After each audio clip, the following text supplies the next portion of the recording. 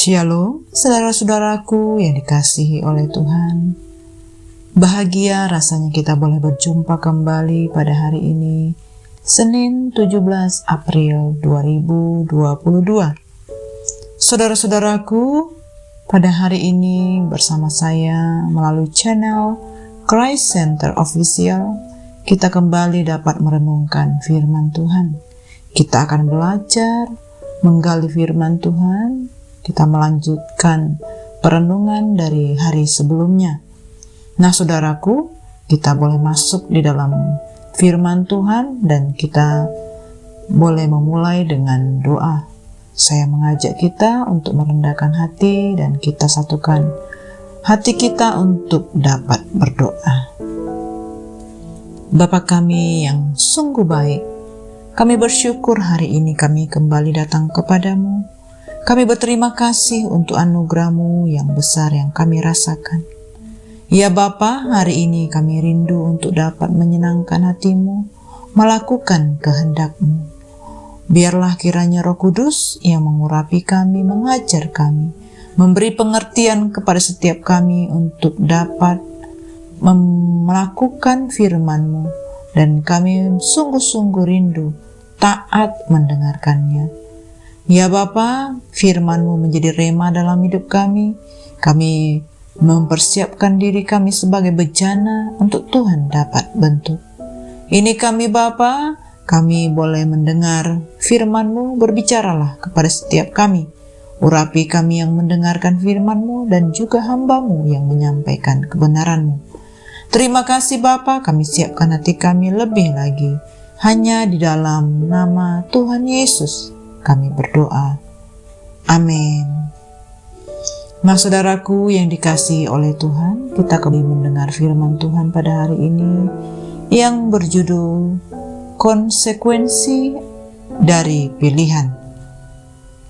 Firman Tuhan hari ini tertulis di dalam Yeremia 39 ayat 1 sampai dengan 8, ayat 14 sampai dengan 18. Nah, saudaraku, mari saya ajak kita dapat membaca Alkitab kita bersama-sama. Yeremia 39. Jatuhnya kota Yerusalem.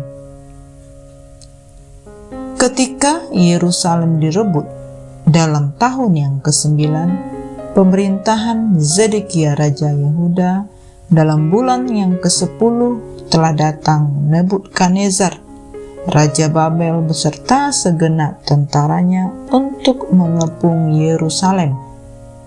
Dalam tahun yang ke-11 pemerintahan Zedekia, dalam bulan ke-4 pada tanggal 9 bulan itu, terbelahlah tembok kota itu.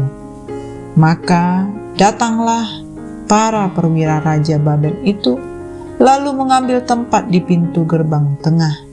Mereka itu ialah Nergal, Sarezer, pembesar dari Sinmagir, panglima, dan Nebuchadnezzar, kepala istana, dan para perwira lainnya dari Raja Babel. Melihat mereka semuanya, maka Zedekia Raja Yehuda dengan semua tentara melarikan diri, meninggalkan kota itu pada waktu malam dengan mengambil jalan Taman Raja, dengan melalui pintu gerbang antara kedua tembok, kemudian berjalan menuju Araba Yordan. Tetapi tentara Kasdim itu mengejar mereka dan menangkap dan menyusul Zedekia di dataran Yeriko. Mereka menangkap dia dan membawa dia ke Riblah di tanah Hamat kepada Nebukadnezar Raja Babel yang menjatuhkan hukuman atas dia. Raja Babel menyuruh menyembelih anak-anak Zedekia di depan matanya di Riblah. Juga semua pembesar Yehuda disembelih oleh Raja Babel. Kemudian mata Zedekia dibutakannya, lalu ia dibelenggu dengan rantai tembaga untuk dibawa ke Babel. Orang-orang Kasdim membakar istana raja dan perumahan rakyat dengan api. Lalu mereka merobohkan tembok tembok Yerusalem. Kita lanjut ayat yang ke-14. Mereka menyuruh mengambil Yeremia dari pelataran penjagaan, lalu menyerahkannya kepada Gedalia bin Ahikam bin Safan untuk membebaskannya supaya pulang ke rumah. Demikianlah Yeremia tinggal di tengah-tengah rakyat. Kita lanjut ayat yang ke-16. Pergilah kepada Ebed-Melek, orang Etiopia itu, dan katakanlah kepadanya, beginilah firman Tuhan semesta alam, Allah Israel, sesungguhnya firmanku terhadap kota ini akan kulaksanakan untuk kemalangan dan bukan untuk kebaikannya, dan semuanya itu akan terjadi di depan matamu, dan pada waktu itu juga demikianlah firman Tuhan. Aku akan melepaskan engkau dan engkau tidak akan diserahkan kepada tangan orang-orang yang kau takuti, tetapi dengan pasti aku akan meluputkan engkau. Engkau tidak akan rebah oleh pedang, nyawamu akan menjadi jarahan bagimu, sebab engkau percaya kepadaku. Demikianlah firman Tuhan. Amin. Nah, saudara-saudaraku, kita baca firman Tuhan di pasal 39 dari Yeremia yang mengisahkan bagaimana jatuhnya Yerusalem. Roh Kudus sudah mengingatkan apa yang dinubuatkan pasti akan terjadi. Yang bersamaan Tuhan juga mengingatkan kehancuran pasti terjadi. Seolah-olah ke depannya akan ada kegelapan, kesusahan. Tidak hanya mengenai jatuhnya Yerusalem, hal ini sangatlah mengerikan. Kota Yerusalem dibakar, temboknya dihancurkan, para pembesarnya dibantai, dan penduduknya ditawan ke Babel. Bahkan Raja Zedekia dibutakan setelah dipaksa melihat anak-anaknya yang masih kecil disembelih. Peristiwa ini sesuai dengan peringatan dari Yeremia, jika raja dan rakyat menolak menyerah pada Babel yang dipakai Allah untuk menghukum mereka. Saudaraku, yang menarik dari peristiwa ini bagaimana Allah memberi perhatian khusus kepada seorang Etiopia, Ebed-Melek. Perhatian dari orang-orang yang sudah menunjukkan bahwa apa yang mereka lakukan tidak sesuai dengan kehendak Tuhan, sehingga hukuman Tuhan terjadi atas mereka. Allah tidak ragu-ragu untuk menghukum mereka, yaitu bangsa Yehuda, karena mereka memilih untuk hidup di dalam dosa. Sekaligus Allah tidak ragu-ragu untuk menyelamatkan manusia dari segala suku ataupun bangsa yang mau percaya akan rencana keselamatan dan kehendak Allah. Saudaraku, Raja Zedekia yang berusaha melarikan diri segera tertawan, bahkan dia harus menyaksikan keluarganya dibantai di hadapannya, dan akhirnya dia digiring dalam kehinaan ke Babel dan tinggal di sana sampai dengan kematiannya. Penyesalan sudah terlambat. Zedekia menerima akibat dari pilihannya sendiri.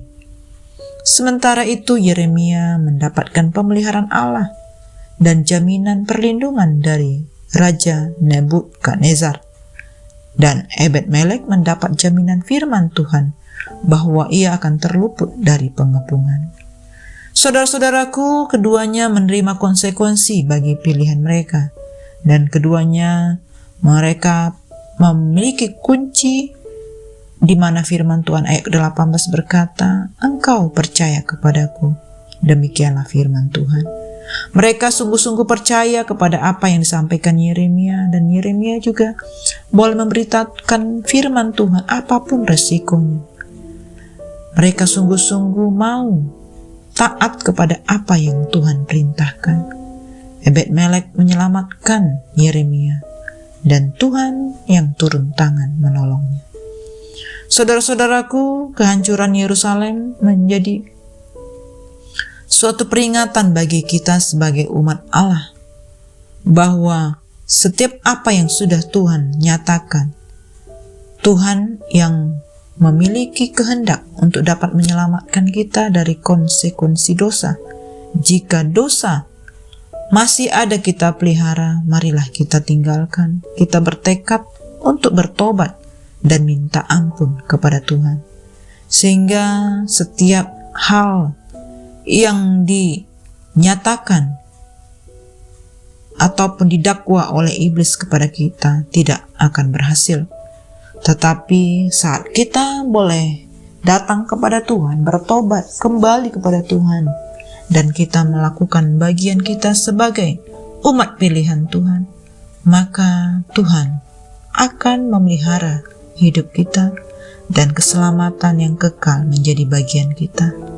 Nah, saudaraku, marilah kita sungguh-sungguh mendengar sabda Tuhan, mendengar dan melakukan kebenaran firman Tuhan. Jika tidak, cepat atau lambat disiplin Tuhan yang keras akan terjadi. Tidak seorang pun dapat bermain-main dengan kebenaran firman Tuhan dan luput dari konsekuensinya. Baik kita menerima ataupun menolak, masing-masing ada konsekuensinya. Tidak ada pilihan dari setiap apa yang sudah kita putuskan. Oleh karena itu, saudaraku, marilah kita merespon untuk terbuka dan taat kepada firman Tuhan. Memang bisa jadi saat kita memilih ikut ataupun memutuskan untuk mengikut Tuhan dengan sungguh-sungguh, mungkin dunia memusuhi kita, bahkan berupaya untuk menghancurkan kita. Namun, saudara-saudara, kita tidak sendirian. Pasti Tuhan menyertai, memelihara, dan meluputkan kita dari musuh kita. Dan yang harus kita lakukan setiap hari adalah carilah dahulu kerajaan Allah dan kebenaran-Nya, dan biarlah kita semakin merendahkan hati, dan jangan rendah diri kalau keadaan kita masih belum baik, tetapi biar kita semakin mencari Tuhan, belajar terus untuk mengerti dan memposisikan diri dengan baik, dengan benar. Jangan jadi orang yang arogan, tetapi biarlah kita semakin hari semakin memperhatikan keadaan kita, dan kita boleh memiliki keadaan yang semakin kita boleh menanggalkan setiap dosa kedagingan yang masih mengikat.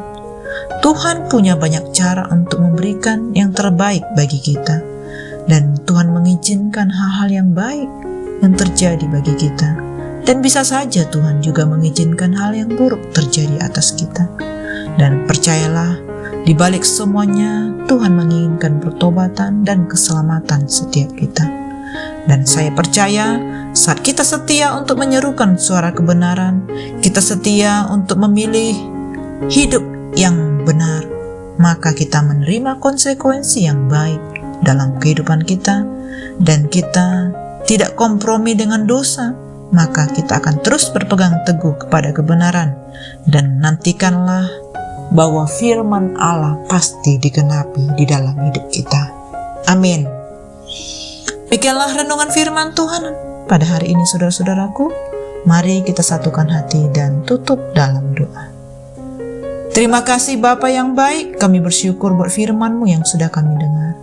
Penuhi kami, urapi kami. Kami mau sungguh-sungguh dapat mengaplikasikan firman-Mu. Terpujilah nama-Mu Bapa, berkati seluruh aktivitas kami sepanjang hari ini. Engkau yang membuat berhasil dan beruntung. Terpujilah nama-Mu Tuhan, dalam nama Yesus kami berdoa. Amin. Semangat pagi, semangat beraktivitas. God bless you all.